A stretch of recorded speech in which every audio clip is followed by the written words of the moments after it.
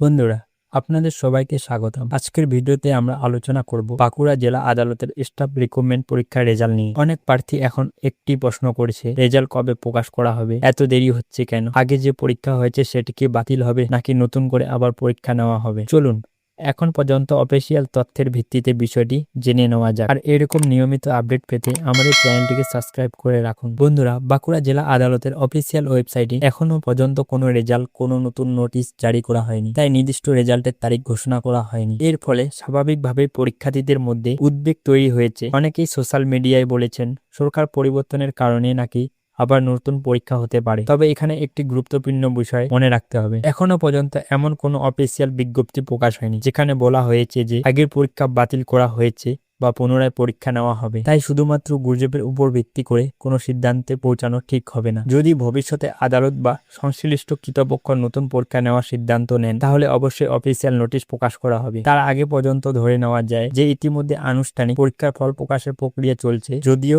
এতে কিছু দেরি হচ্ছে। তাই বন্ধুরা, এখন আপনাদের করণীয় একটাই, গুজবে কান দেবেন না, শুধুমাত্র অফিসিয়াল নোটিশের উপর ভরসা রাখুন। যেই মুহূর্তে বাঁকুড়া জেলা আদালতের রেজাল্ট বা নতুন কোনো আপডেট প্রকাশ হবে, আমি সবার আগে আপনাদের জানিয়ে দেব। ভিডিওটি ভালো লাগলে একটি লাইক করবেন, চ্যানেলটি সাবস্ক্রাইব করে বেল আইকনটি অন করে রাখবেন, যাতে কোনো গুরুত্বপূর্ণ আপডেট মিস না হয়। ধন্যবাদ।